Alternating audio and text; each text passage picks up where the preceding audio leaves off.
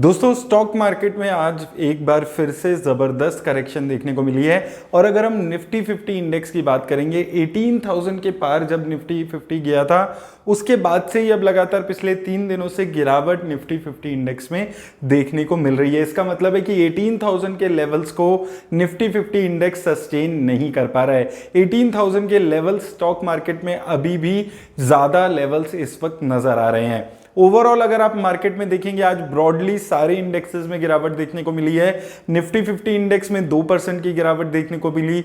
Nifty next 50 index में भी 2% के आसपास की गिरावट देखने को मिली।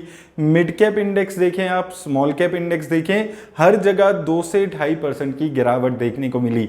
लेकिन सबसे ज्यादा गिरावट कहां आई है? निफ्टी आईटी इंडेक्स में लगभग 0.4% की, यानी कि 3.71% के आसपास की गिरावट आपको निफ्टी आईटी इंडेक्स में आज देखने को मिली है। क्योंकि सबसे बड़ा रीजन इसका क्या है कि जो यूएस की मार्केट है वो अभी भी स्टेबल नहीं हो पाई है, और जब तक यूएस की मार्केट स्टेबल नहीं होगी तब तक इंडिया का आईटी सेक्टर स्टेबल नहीं होगा।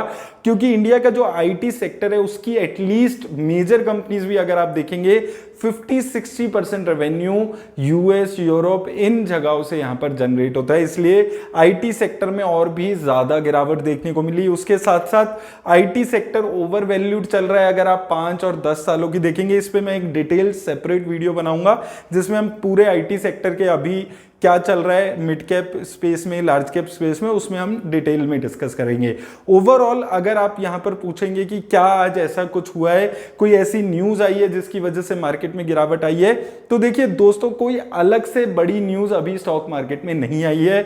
वही सारी न्यूज चल रही है कि डॉलर इंडेक्स बढ़ जाता है तो मार्केट में गिरावट देखने को मिलती है। लेकिन सबसे पॉजिटिव बात अभी भी इंडिया की मार्केट के लिए, क्रूड ऑयल $90 के आसपास आ चुका है, और इंडिया की इकोनॉमी को अच्छा फायदा होता है जब भी क्रूड ऑयल में गिरावट रहती है।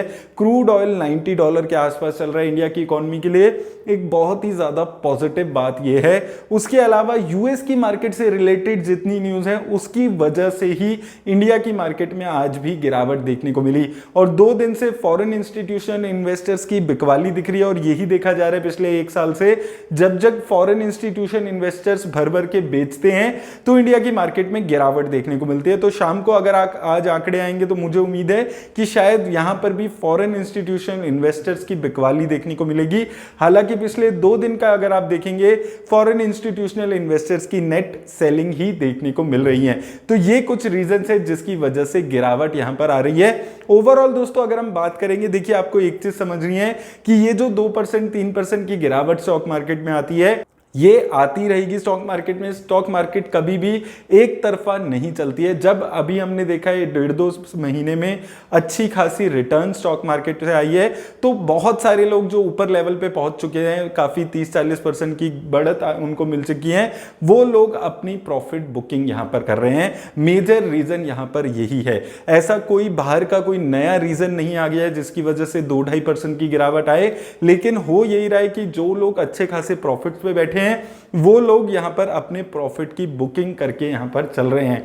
ओवरऑल अगर आप देखें, इन्फ्लेशन, इंटरेस्ट रेट, ये जितनी भी न्यूज है इन पे हम 1 साल से बात कर रहे हैं, और लगभग ये सारी ही चीजें स्टॉक मार्केट में अभी प्राइस इन हो चुकी है। अब 5-7% के ऊपर नीचे मार्केट यहां पर चलती रहेगी, लेकिन as a long term investor, इसीलिए मैं आपको हमेशा से बोलते हुए आ रहा हूं कि ये जो अपॉर्चुनिटीज आपको मिल रही है, ये जो अभी मार्केट में अगर गिरावट आती है, फंडामेंटली स्ट्रॉन्ग कंपनीज को ढूंढिए, उनमें इन्वेस्ट कीजिए। मैं आपको इसीलिए बोल रहा था कि जो स्टॉक्स ऑलरेडी हाई लेवल पे जा चुके हैं, जो ऑलरेडी 30-40% की अच्छी बढ़त दे चुके हैं, जैसे कि आईसीआईसी बैंक हो गया जो 933 तक चला गया था।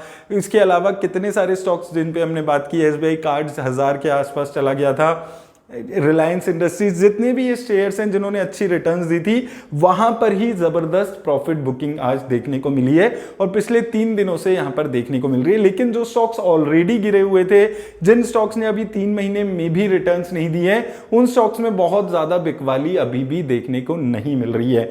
तो आपको उन स्टॉक्स को चूज करना है। देखिए बहुत ही सिंपल स्ट्रेटेजी इस मार्केट में आपको रखनी है, अपने स्टॉक्स पे नजर बना के रखिए।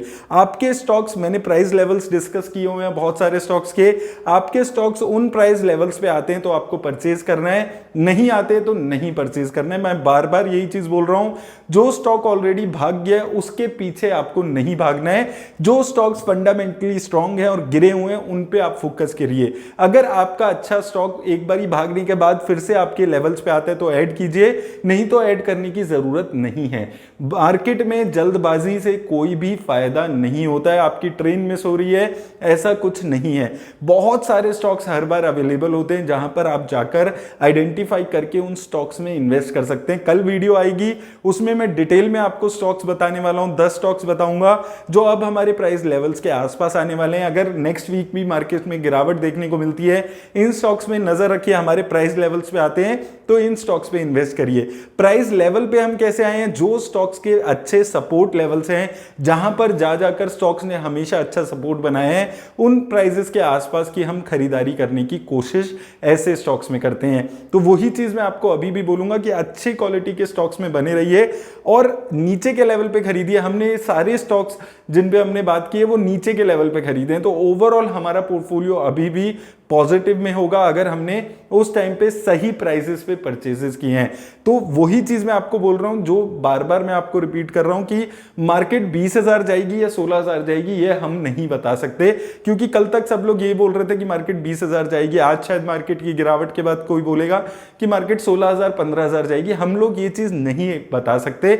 हम लोग फोकस कर सकते हैं अपनी इन्वेस्टमेंट स्ट्रेटेजी पे, और इन्वेस्टमेंट स्ट्रेटेजी अपनी जो इन्वेस्टमेंट का प्रोसेस है उसको आपको क्रिस्टल क्लियर रखना है कि एक स्टॉक भाग गया उस स्टॉक के पीछे हमें नहीं भागना। जो फंडामेंटली स्ट्रॉन्ग स्टॉक अभी भी गिरावट में आपको दिखते हैं उनमें आपको इन्वेस्ट करना है। बहुत ज्यादा जल्दबाजी में इन्वेस्ट नहीं करना है, हर महीने थोड़ा थोड़ा करके इन्वेस्ट करना है। रिटेल इन्वेस्टर्स हैं हम, चीज याद रखनी है, लॉन्ग टर्म इन्वेस्टर्स हैं ये चीज भी याद रखनी है। तो ट्रेडर्स के पॉइंट ऑफ व्यू से नहीं सोचना है, और ये चीज हमेशा याद में रखनी है कि हमारे पास लिमिटेड कैपिटल है, उसको हमें देखकर थोड़ा थोड़ा करके लॉन्ग टर्म के पर्सपेक्टिव से इन्वेस्ट करना है। तो 1-2% की मार्केट में गिरावट से घबराना नहीं है। थोड़ा बहुत यहां पर अपॉर्चुनिटीज जहां भी आपको अच्छे स्टॉक्स में मिलती है उनमें आपको इन्वेस्ट करके चलना है। 2022-2023 में बार बार बोल रहा हूं, लॉन्ग टर्म इन्वेस्टर्स के पॉइंट ऑफ व्यू से बात कर रहा हूं, एक अच्छी अपॉर्चुनिटी आपको दे रहे हैं कम गिरी हुई स्टॉक्स में यहां पर इन्वेस्ट करने की। तो उम्मीद करता हूं दोस्तों ये चीजों का आप ख्याल रखेंगे, और ये जो मार्केट में थोड़ी थोड़ी अपॉर्चुनिटीज आपको मिल रही हैं इनमें आप अच्छे से समझदारी से इन्वेस्ट करके चलेंगे, और ये चीज याद रखेंगे कि मार्केट में लॉन्ग टर्म में अच्छी रिटर्न्स आपको मिलेगी। उम्मीद करता हूं वीडियो से हेल्प मिलेगी। धन्यवाद।